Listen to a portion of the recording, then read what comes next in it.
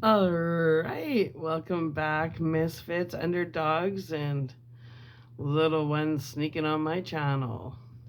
It's getting cold, so I had to put the neck warmer on. It's cold. It should be. We're going into December. Not complaining. God is great.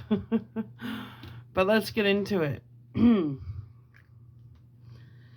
And this will be the last chapter, I believe, until I have a few hours of sleep. Okay. Are we ready? Yeah, we're ready. Here we go. Let me get all comfortable. Let me assume my position. All of a sudden, the Stooges came in my head. I want to be your dog. I love the Stooges. I listen to that song almost every day. It's my start me up song.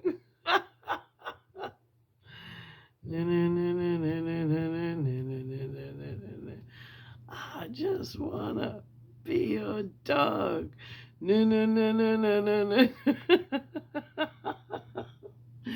Okay. Chapter 3 Mask. Let's go. I get the Stooges out of my head. When I'm done this, I have to play this song, or it'll be in my head all night long, all night, all night. Now I'm all giddy. The Stooges do something to me. Okay, chapter 3. Let's go. The day after Labor Day, Tuesday, September the 6th, 1977. Rocky started ninth grade at his new school, North Avenue Junior High. He'd had the puppy 4 full days then. Tongue twister. And from the first night, he decided to call him Screech. When he told Rusty about the name, she laughed out loud and absolutely loved it. She said the name fit, and it did, until he started barking. But that came later.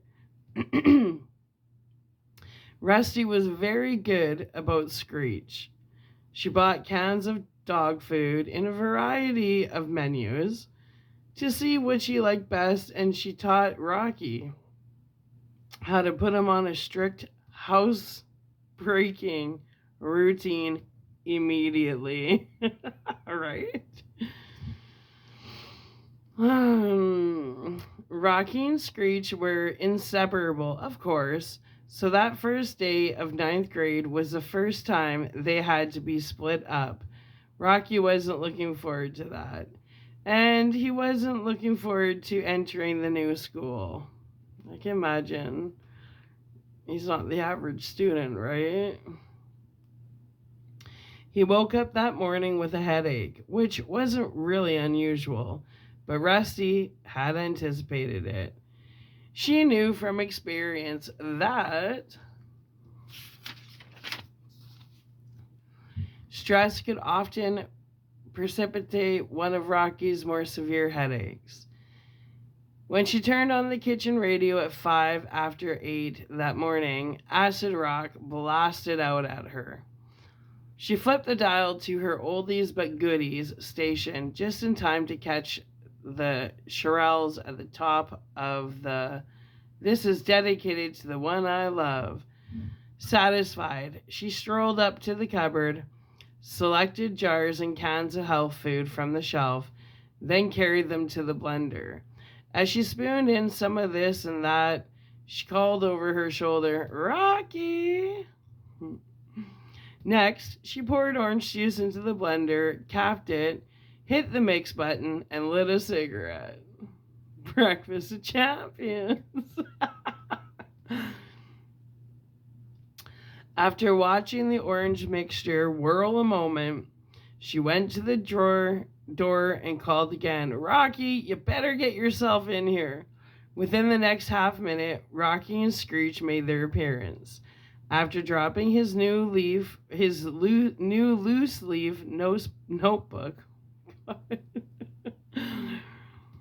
on the kitchen table, Rocky headed straight for the radio, switched the dial back to his station, and caught a few fast bars of acid rock before Rusty turned it back to the Shirelles.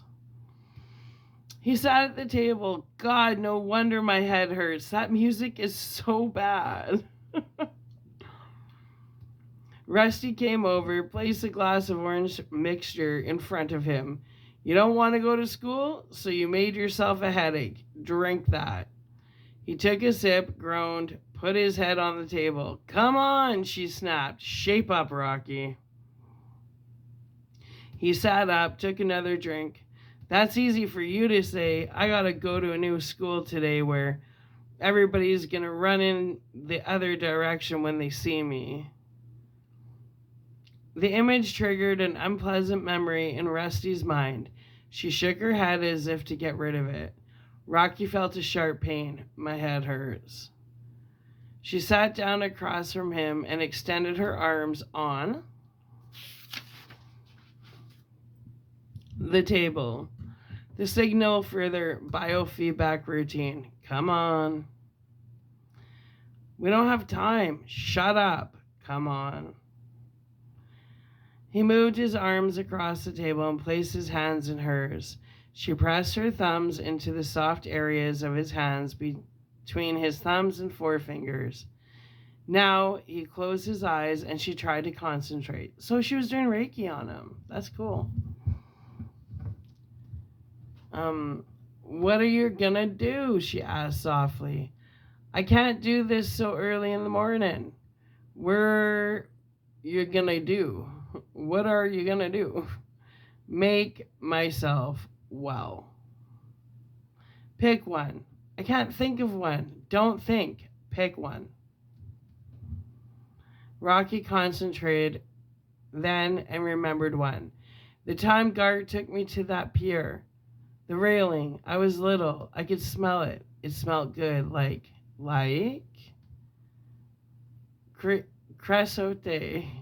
What's that? It's a wood preservative. You smell it around piers. No kidding. Go on. The ocean. On and on. Little white tips and fog kind of rolling around. Redirection, right? Redirected his focus from his headache. That's awesome. She waited, then, what are you going to do now? Make myself well. That was the signal for the end. Rocky opened his eyes slowly and blinked at her. Already, the sharpest pain was beginning to subside. Not the headache itself, the dull ache. Not yet, just the sharp pain, which was the only thing that really mattered. Rusty's technique was deceptivity, simply and mainly instinctive, but based on sound and sophisticated principles picked up from various sources over the years. 5 years ago, when Rocky's headaches were becoming progressively more serious, Dr. Radinsky referred him to a neurologist in Los Angeles, Dr. John Holland, who specialized in headache control through biofeedback techniques. Holland studied Rocky's case history, then began the therapy of relaxation training on a biofeedback machine. Although the equipment appeared complicated, the only purpose of the machine was to monitor. For an example, an amplifier monitored very small electric currents from muscular activity in Rocky's forehead, then fed the information back to him instantly on the display meter. When he clenched his teeth, the needle shot to the right of the numbered scale. In essence, Rocky was being trained to identify exactly what mental and physical activities were necessary to make him relax, to develop voluntary control over responses once believed to be involuntary. In Rocky's case, he obtained the most effective results by training himself to remember especially pleasant events in his life. He would close his eyes and just let his mind drift back to those memories, the places, the people, what they did, what they said, how he felt, how happy he was. And gradually, very gradually, the pressure would ease. If he had a headache before he arrived for the session, which was often the case back then, when he got the knack of it, when he could feel it working and see it reflected on the instrument dials, it became fun. It was like a game, a challenge.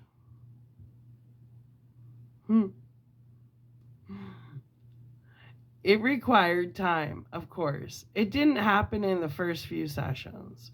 Dr. Holland put him on an initial schedule of 2 sessions a week, and each session lasted 45 minutes. Rusty couldn't drive him in on a regular basis, so he had to take the bus, but it was only 18 miles. After 6 weeks, his schedule was reduced to 1 session a week for the next 4 weeks. Then 1 session every other week. The whole idea, of course, was to wean him off the machine. In the meantime, Dr. Holland started him on a series of progressive relaxation exercises that he could do at home, alone or with his mother, when he had a headache or felt one coming on. Finally, he was down to 1 session a month. Rusty came in with him for his last session on the machine. Afterward, Dr. Holland gave her special instructions on how to participate with Rocky in the advanced part of the relaxation exercises. Naturally, the technique wasn't 100% effective, but it worked most of the time. It had worked this morning in reducing the sharpest pain, and there was a high probability that the generalized dull ache would disappear entirely or be substantially reduced within the next hour. At 8:15, Dozer and Red revved into the driveway. Rocky grabbed his notebook, kissed his mother, gave Screech a big hug and kiss, and ran out to meet them. High fives all around. Then he squeezed in behind Dozer, and they took off with a blast. I love being on the back of the bike. Rusty watched them from the kitchen window. When she started to pick up her juice glass, she saw the jacket he left on the chair. She picked it up and pressed it to her face. All the sweet smells of her child filled her. Slowly, from deep in the core of her, all the love and anguish and frustration moved up into her throat until it felt as if her throat would rip open. Oh, Rocky, now it has to start again, doesn't it? All the stares, the whispers, the jokes, the laughter, all over again. New school, new kids, new embarrassment, new humiliation, new pain. Completely alone, feeling it, knowing it, sweating it all day. Never a break. I wish it was me, Rocky. I swear to God, I'd give anything to take your place, to save you even an hour of it. I could handle that kind of treatment if I knew it would help you. I've ruined my life, your life, Mom and Dad's life, even Gar's life. I'm the one who should suffer for it, not you. You didn't do anything. Anything. Oh God, please, please help him through it. Just today. Just the first day. Please, please. He's just a scared little boy. Please, just this once. I'll do anything. I promise. I swear. I'll get clean. I'll stay clean. I'll never touch the stuff again. Please. Just help him, please, just this one time. That sucks watching your kid suffer. As she began to give in to those tears, she was interrupted by Red, who came in the kitchen door. "Can an old man get a cup of java around here?" Startled and embarrassed, Rusty threw the jacket on the chair and snapped at him. "This look like a diner to you?" Red put his hands up and backed away towards the door. "Later, little lady." He turned open the door, then went out quickly. Rusty ran after him and caught the door before it closed. Red turned around as she came out on the porch. They faced each other in silence for a while, Rusty's eyes brimming. "I know," Red told her softly. "I know it's his first day at a new school." He paused, reached for the words. "You've been pushing him out the door since he could walk, so he'd be ready to handle days like this." Rusty wiped her eyes. "Well, it's getting harder. It should be getting easier. He's getting older." Rusty nodded and sat slowly on the steps. Red sat next to her in silence. Sunlight slanted in at a sharp angle and to her in silence. Sunlight slanted in at her at a sharp angle and threw shadows of the wrought iron banister across Rusty's face. She gazed at distance, remembering. Her voice was low and strained. "He said something this morning that made me think about when we first came out here. He was 7 years old. I took him to the public swimming pool. It was summer, and the shallow end of the pool was packed with little kids. He jumped right in. I went to the office to sign him up for the swim school. When I came out, I saw him. He was alone. All those little kids got out. He was there all alone, splashing around all by himself. He said, 'Come on in, Mommy.' He had no idea why he was alone." She wiped away a tear angrily, then looked at Red for a long moment. "Want a cup of java?" Dozer delivered Rocky to school in true Turk style, roaring up the jam-packed front entrance on the back of a Sparkle Blast Harley would give any kid alive a heavy shot of adrenaline. But when you're behind a custom-tailored 300-pound strongman like Dozer, it's a shoo-in that every kid there will take a long, hard look at you. Rocky knew that, of course. He'd given it careful thought, and he decided on a first impression strategy. Given the fact that they'd stare holes through him anyway, especially the first day, why not grab the edge? Why not go get him one better? Why not give him something to really gum about? Dozer played it to the grandstand, of course, burned and squealed to a smoking stop. Rocky jumped off, and all activity came to a sudden halt. Silence except for the Harley purr. All eyes were on Rocky. Dozer hit him with a class high five designed for the bleachers, then revved up and blasted into the sun. Head held high, Rocky walked up the middle of the crowded steps and through the door of his new school.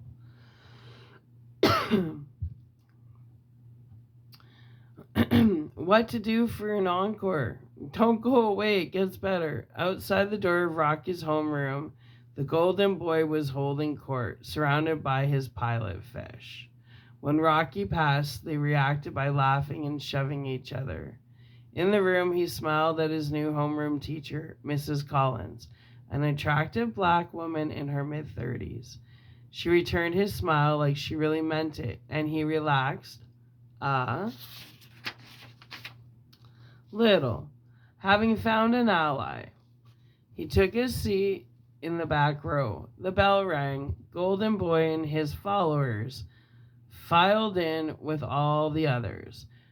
No one of the 23 students looked directly at Rocky as they took their seats. Mrs. Collins stood in front of her desk. Welcome back, ninth graders. Groans from the class. We have 2 new students in homeroom with us this year.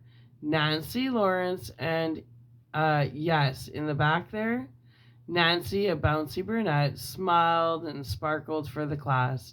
Every student turned to check her out. Boys made approving sounds. All right, yeah. Girls said hi and waved. Wow, Nancy said, thanks a lot. Mrs. Collins smiled and continued. And Rocky Dennis, also in the back. Not one student turned around. Nobody even moved. Silence hung heavier than B.D. Higgins. Was Rocky sweating it? No way. In those few awkward seconds, he was wondering if he had the guts to do an imitation of Bouncy Nancy. And he did. Bouncy Nancy. Wow, he said. Thanks a lot.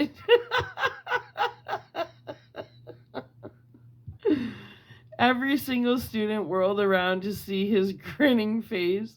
Instantly, they all joined him in laughter. Rocky was on his way. See, he knew how to shine. Several things happened that day that Rocky couldn't possibly have anticipated, both involving Golden Boy, whose name turned out to be Eric Dempsey. Just before lunch break, the class was told to pick up their locker combinations in the office. So they had to stand in line in alphabetical order, and Dempsey had to stand directly in front of Dennis. Mrs. Hanan, the no-nonsense teacher, school secretary, Rocky had almost met during registration, stood behind the counter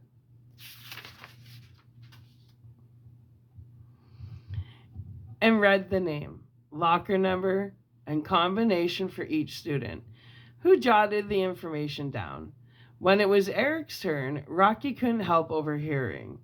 Dempsey, Eric, your locker number is 37. Combination is right 46, left past 46 to 16, right to 4. Got it all? He'd written it on a slip of paper. Yeah, thanks. Mrs. Hanan kept her eyes on her clipboard as Rocky moved up.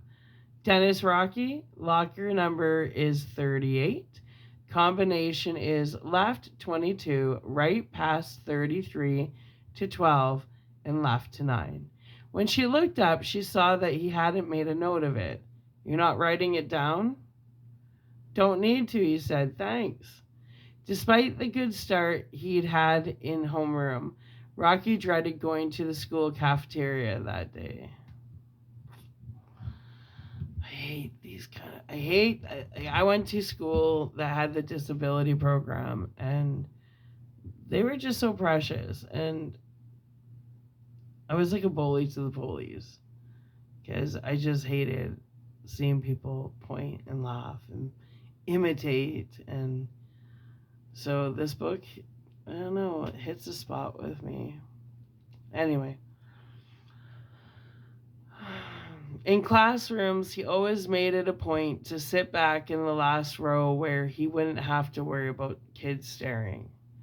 But the cafeteria was a made-to-order situation for every kid in school to get a good look at him. And with all the noise in there, to talk about him openly. Of course, he could have avoided the cafeteria entirely. He had that option, but he'd have to deal with the problem sooner or later.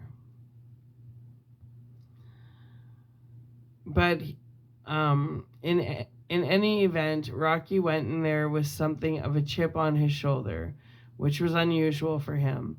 It was just the idea of having to face so many kids at the same time in the same room. There was a small incident, but Rocky learned something valuable from it. As soon as he walked in and grabbed a tray, he felt that every eye in the place was focused on him. His face started to sweat. He felt blood rushing to his head, and his hands were actually shaking. When he selected his lunch and paid the cashier, he looked around fast for an empty table, preferably against a wall, spotted one, and headed for it. The only problem was he had to pass the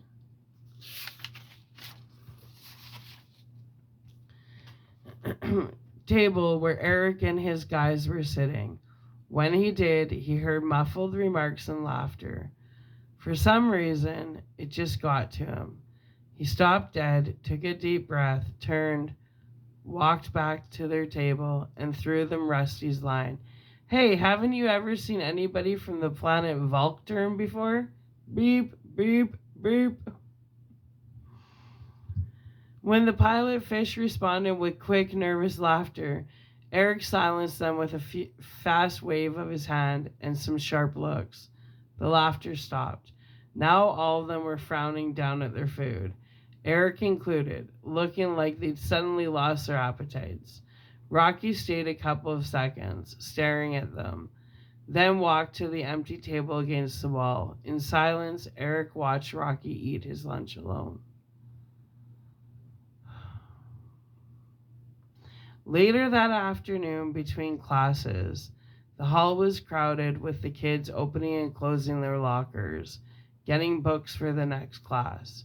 Eric, who had locker 37 next to Rocky's, was working frantically trying to get his door to open. Before he saw Rocky, he stepped back, kicked at the lock, swore at it. "It's stuck," Rocky said.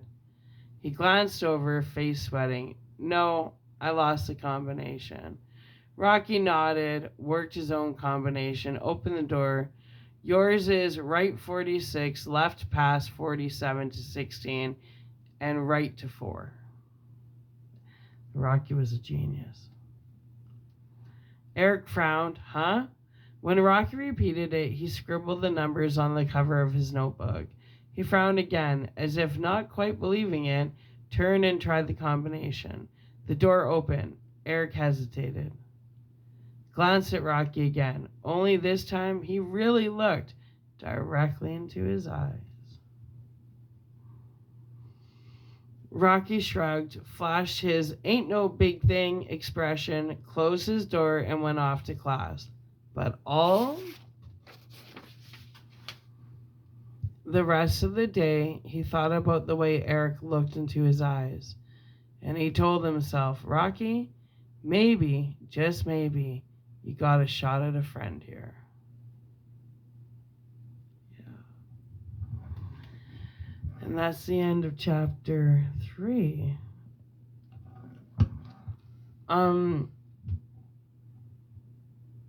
You know, I remember exactly what I wrote in my grad memories. I went to Archbishop Jordan, graduated 1998. And I've always been the same. But in my grad memories, I wrote to those, I can remember it now, because I'm really selective. To those of you who parted with me, rock on. To those who didn't, your loss. High school has taught me 2 things about life. If you look beyond the outside, you'll find the inside is much more interesting. You know, and I remember I went to school with a girl named Michelle Parody. I'm going to try not to cry, and I am going to cry, I can feel it. But Michelle Parody. And I was a new girl in grade 7, but everybody else had gone to school with her since kindergarten. And it was like the first, and I was, I fit right in. I was kind of like that, "Oh, hi," like the one that he made fun of in the beginning. And there's Michelle. Within the first day, I had so many people tell me, "Oh, she has FAS. Oh, she's weird. Oh," and because people did that, I was drawn to her.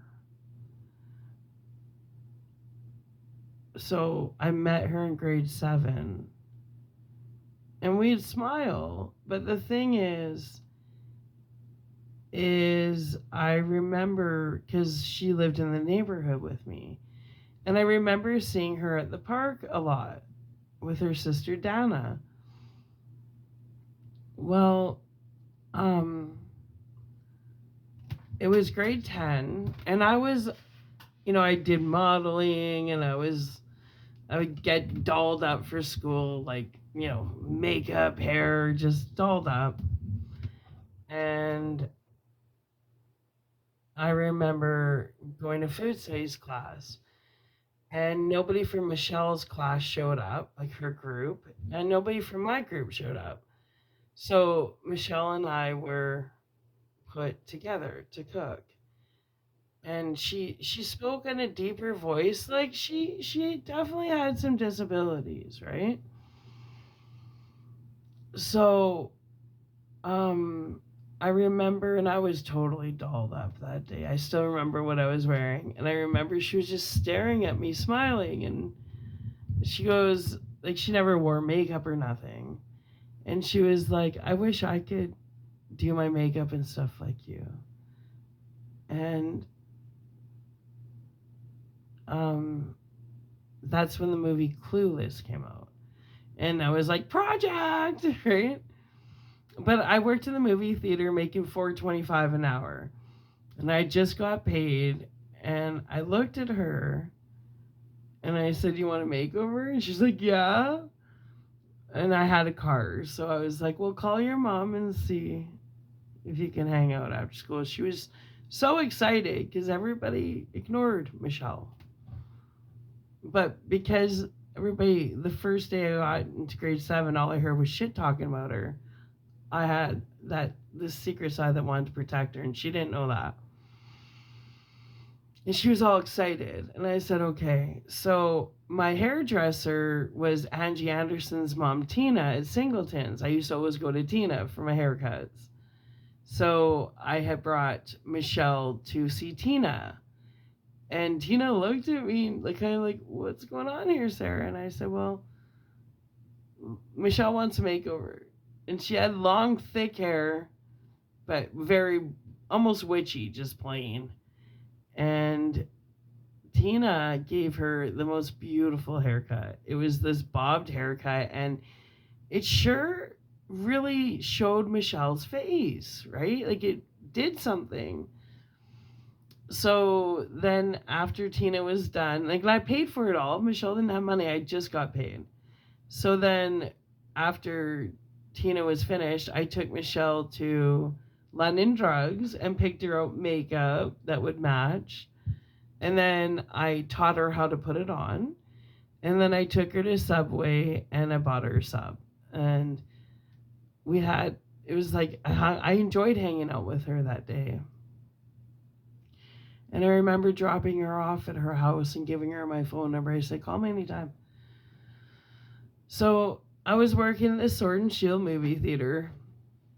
And then all of a sudden, I was working the little cotton candy.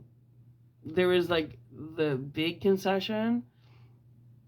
But because I was promoted and trusted, I got put up by myself eventually in this little where you make cotton candy, and you had a smaller popcorn maker. You were just kind of left alone. So my lineup had calmed down, and there was this lady, and I said, can I help you? And she goes, are you Sarah? And I said, yeah. And she goes, she had written a check. She had her checkbook out. And she goes, I'm Michelle Parody's mom, and I want to know how much I owe you for taking her for a haircut and stuff. I go, nothing. I wanted to. She goes, no. I got to pay you for that. And it kind of bothered me because I felt like if I took the money, it took away from the joy of spending the day with Michelle. So, and that's when a lot of the problems at school happened, because the girls I hung out with, well, Michelle wasn't their caliber of person. And that's when I said, fuck all you guys. That was that was the day. So, and I don't need to use names because you guys all know exactly who you are. Whatever. I had to see you guys all at the 2018 Grab reunion, and I'm glad it's the last time I had to see your faces. Because what you did to me after I gave Michelle a makeover disgusted me, and I had no interest in ever looking at you guys again. I thought you guys are the shittiest of the shittiest people I've ever met. And I still feel like that today, just saying.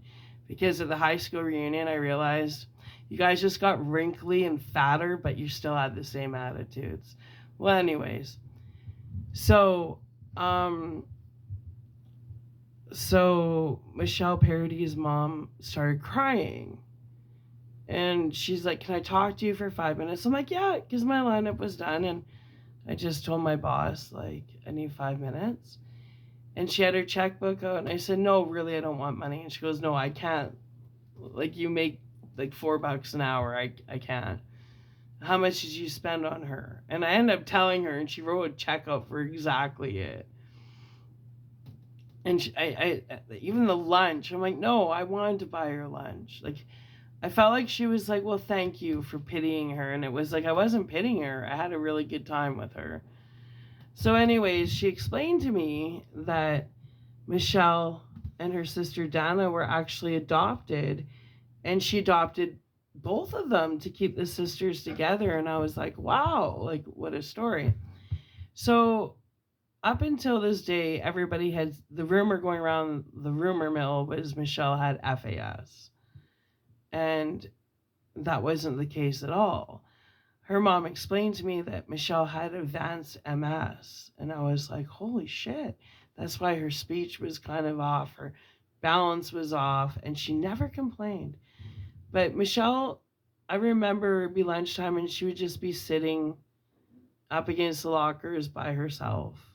And this is before the makeover. And I remember that's when we all smoked cigarettes. And she didn't smoke, but she got a piece of foil from some cigarette pack.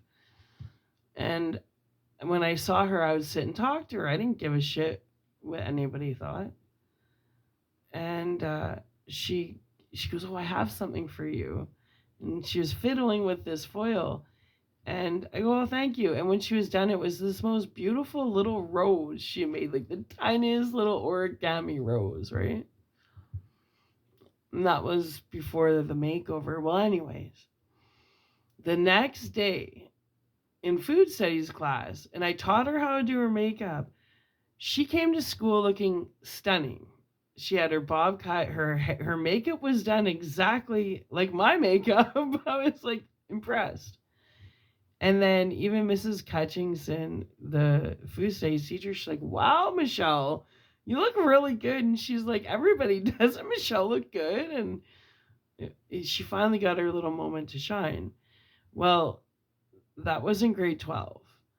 Because I crammed grade 10 and 11, I took no spares. So in grade 12, all I had was shop, English, and social studies. And everybody thought I dropped out, but while they were all taking spares, I didn't take any spares in grade 10 and 11. So I could basically work because I had to work.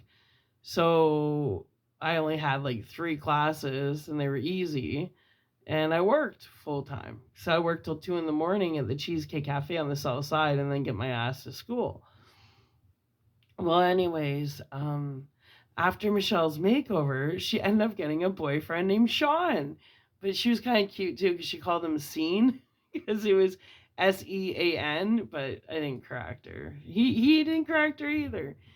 And they were together for, as far as I knew. And then everybody graduated. And as soon as I graduated, I moved to the Lower Mainland, Vancouver. And I remember never seeing her again. And then, well, actually, I didn't really hang out with Kristen Junk until Heather Lund was working at the dry cleaners where I got my grad dress all dry cleaned. And she's like, "Oh, what are you doing for the summer?" And I remember saying, "Well, I'm moving to Vancouver." She goes, "Oh, Kristen's she's gonna be babysitting, nannying for her cousin's kids or something like that. She's going to the Victoria, the island, or whatever." And so she gave me Kristen's number and we got in touch. And that's when Chris and I started hanging out because she would take the ferry over from the island and come see me in the lower mainland. And we just started hanging out. And that was most I ever hung out with Kristen. That's when, like, I never hung out with Kristen throughout school, but it was when we both moved to BC and she didn't know anybody. And that's just how it happened. Well, then years go by, and I remember going to visit her because she was about to go into labor with her son Navin, and I wanted to be there for her because I lived in Medicine Hat, and Jake was born in March, so March, April. So Jake is 5 months older than Navin, so Jake was like 4.5 months old. And in fact, while we were there, Kristen went to labor, so that was kind of weird. And her son was born on my birthday. So I remember that day, Kristen said to me, "I gotta tell you something, Zarek." She knew I had a soft spot for Michelle. Like, certain people knew that Michelle was special to me. And then Kristen was like, "I thought I should tell you Michelle Parody died." And I was heartbroken. And I'm like, "What do you mean? Like, how did she die? Like, what are you talking about?" And she goes, "Well, she had MS." And I go, "Yeah, I knew about that, but I didn't tell anybody." She goes, "Well, she ended up in a wheelchair eventually and she died." I'll tell you, I cried and cried and cried and cried and cried and cried and cried. Because I remember in her yearbook, she thanked me in her grad memories. And I didn't think I did a whole lot because I enjoyed spending that time with her. And then I remember that's where I said I never talked to these bitches again. Because I hung out with the snotty crew. And in fact, after graduation, I'm not going to say who, a chick that was pretty cool, she goes, "Why do you hang out with those bitches?" She goes, "You're so much like better than them. Like, you're nicer. You're real. I don't know why you hang out with those bitches." And I say, "I really don't hang out with anybody." Because I made sure to work every weekend. I took shifts, so I had an excuse not to hang out with people. Because what they pulled off after, like, this Michelle thing. So, anyways, they caught wind that I had taken Michelle for a makeover because Tina, Angie Anderson's mom, told her, and Tina was proud. Tina didn't know Angie was going to use it as ammo against me. And I will never forget, because I wrote in my diary, that the day after, the girls, the Dirty Dozen is what they call themselves, we had a group friendship picture of the Dirty Dozen. They had pulled me in the bathroom and they gave me shit, saying basically she wasn't our caliber person, and basically I wronged the group by being seen with someone like that. And I thought, you fucking snotty bitches. You snotty fucking bitches.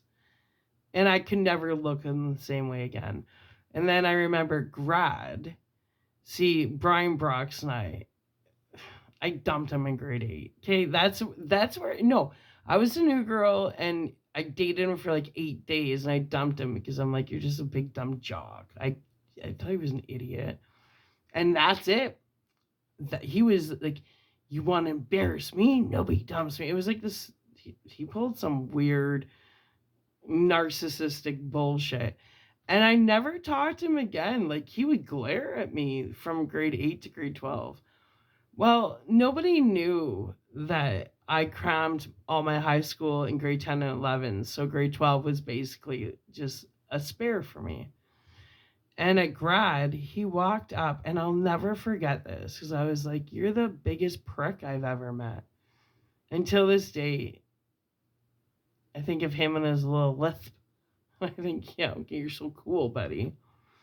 But I remember he walked up to me and he goes, "Do you want to dance at the grad?" And I thought, yeah, like, let's just put this shit aside. I mean, this has been going on since grade 7 when I dumped your ass after 8 days. Like, get over it. And then we were dancing, and he goes, "So I guess the next time I see you, you'll be bagging my groceries at Safeway, hey?" And I pushed him away. I go, "You're still a fucking asshole." And I've never, ever said a word to him since. I saw him once when I was with my dad, and fuck, I looked like hell, but I saw him at Dairy Queen. But I think I had just moved back to town 2017. I just worked a 16-hour shift. Of course, got to see him when, like, I'm a wreck. I look like hell. And we just looked, and that was it. There was no speaking, but the last words that Brian Brock said to me, not knowing that I had busted my ass through grade 10 and 11, so I didn't have to see any of their fucking ugly faces anymore, that I thought when he was asking me to dance, it was a peace offering, but he uses one last shot to humiliate me and try and hurt my grad. So then, yeah, he had said to me, "So I guess the next time I see you, you'll be bagging my groceries at Safeway, hey?" And I just pushed him away. I said, "You're still a fucking prick." Yeah. And then Clint Blanchett was my grad Bush makeout date. Which is interesting because I dated Clint Blanchett in grade 8, and he was the nicest, honestly, to this day. Clint Blanchett was the nicest guy I had ever dated. He was smart, he was responsible. Corey was always out partying, and Clint was always at home taking care of Tammy. Clint was good. My sister destroyed Clint. Yeah, she introduced him to a bunch of drugs, and yeah, my sister, yeah, she destroys a lot of guys' lives. Well, anyways, I remember I hurt Clint. I did, because when I dated him in grade 8, that's when everybody was playing Spin the Bottle. And I shouldn't have done it. I broke up with him in the Spin the Bottle closet. And to make it worse, we came out and he was really upset. And then they're like, "What's wrong?" He's like, "I'm not playing, I'm out." And I'm like, "Well, I'm playing." Like, I look back now, I'm like, that was heartless, but I wasn't thinking about it. Well, anyways, so I hadn't seen him since then, but Clint's the one that got away. Clint Blanchett was the one that got away. To this day, I've never seen anybody have a nicer ass in black, red tab Levi's. I mean, I haven't seen him in years, but Clint's the one that got away. If there was any guy in my life where over the years, I said, I wonder what would have happened, it was Clint Blanchett. And that's the first time I've told anybody besides my diary. So Clint Blanchett's the one that got away. And I never slept with him. We just were young.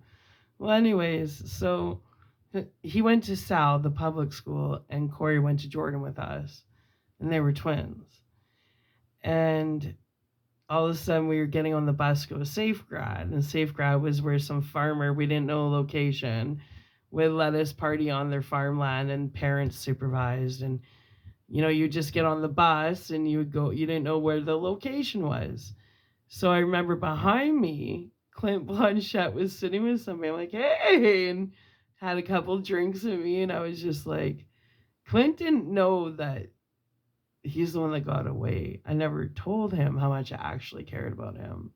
And I think that's why I broke up with him, because I knew that, like, we were in grade 8, but I knew I could easily fall in love with him. Kind of like Cherry on The Outsiders when she's talking about Matt Dillon. And she's like, I could just fall in love with him. That's how I felt about Clint Blanchett. So then, and he was so different from Corey. Clint was the real deal. So anyways, at grad, Clint was my makeout date. We made out all night, like innocent, right? And then I remember we, like, because you would get rides home. There were volunteer parents drive us home, and the sun was already up. It's like 7 in the morning. And we took the same van together, like the ride, because he lived a couple blocks away from where I lived. And he gave me his number and he's like, call me. And I was like, I will. And I didn't, because I knew I was going to fuck off to Vancouver anyway, but I didn't. I wish I would have, because he's the one that got away. Well, remember how I said my sister always chased all my boyfriends? Mm-hmm. Well, she had known that I had my grad makeout date was Clint. And I think that Clint was like, you hurt me for the last time, Sarah. So this is interesting. So I graduated at the end of June. And my sister worked for the county all summer. Nobody said a word. And my sister was like, my mom's like, oh, Chelsea met a guy. He's doing community service. I didn't know anything at the county, blah, blah, blah, blah. And he's coming over for dinner tonight, so be nice. Because I always hid in my room. I was like, because Chelsea was an idiot, and all of her friends were morons. I'm like, what idiot guy is she bringing home? Like, she was an idiot. She's fucking weird. So anyways, so then I was upstairs in the TV room. We had a little TV room. And my mom's like, Sarah, it's dinner time. And she had already warned me, be nice. Like, I used to think Chelsea was such an idiot, her and her loser crew all the time. Yeah.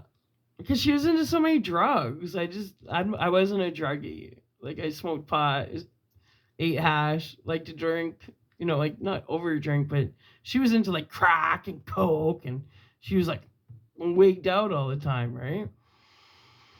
So I was like, what fucking moron is she bringing around here today? Oh my God.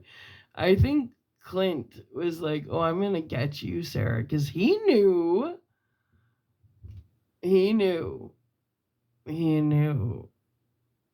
that was my sister. So my mom's like, Sarah, dinner. I come downstairs from the TV room. And so I remember it was like not even 2 months later. It was like a month and a half later after we made out at grad. And I sit down and Clint's sitting across me. I'm like, oh my God. And he's like, and Chelsea's like, just like, I'm chasing another one of your whatevers. And it's interesting because Chelsea took him down. She took him down such a shitty road because Clint was special. See, I still smile. Clint's special. He is special. And for years, Chelsea asked me, like, I haven't seen my sister in over 8 years. I don't know what she looks like nowadays. But she had asked me for so many years, even after they split up, she's like, did you ever sleep with Clint? I'm like, no. Like, it was so innocent. It was like, like second base shit, right? Like, so innocent. And she would ask me all the time, are you sure you didn't sleep with him? Like, I never slept with Clint. No, I've never slept with Clint. And she didn't ever believe me, but I was like, no, never, no. And I think that's why I have such a soft spot for Clint, because he's the one that got away. And now I'm smiling because I don't know whatever happened to Clint. But if there's anybody over the years, the only person that every once in a while creeps in my head and I go, God, what would have happened is Clint Blanchett.